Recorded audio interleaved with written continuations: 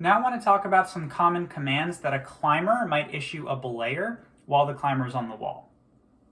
So as the climber is climbing, maybe they need to take a break. And one of the ways they can communicate this is to say take. So when the climber says take, the belayer should take all the slack out of the system and go ahead and lean back and keep their hand, by their side in the braking position. And they're just going to hold the weight of the climber for as long as the climber needs. Now, this is pretty important and a little bit of a tangent, but I want you to remember this. As the climber, after you've sort of put your weight on the rope and you've had your belayer take all the slack out, it's possible that the belayer's mind starts to wander and then they go, they look somewhere else or they're not really paying attention anymore. So as the climber, before you start climbing again, you should look down and you should see, is my belayer still paying attention to me? If not, I should reissue the climbing command.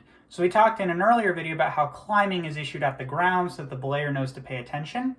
A climber can say climbing while they're on the wall to direct the belayer's attention back to the climber. So if I'm not paying attention and my climber has been kind of sitting on the rope for a couple minutes and they're ready to climb again, they can look down at me, see if I'm paying attention. And if I'm not, they should say climbing. And then they should wait until I'm paying attention and say climb on, just like we do at the ground, right? So that can also be done on the wall. And then the last command, pretty simple, is when you get to the top of the climb, or let's say you get halfway up and then you get pretty tired, the climber can say ready to lower, at which point the belayer simply says lowering to let the climber know that they've heard them and that they're about to lower. And so then it's just a matter of lowering the climber however far they need. Maybe it's just a couple feet, or maybe it's all the way back down to the ground.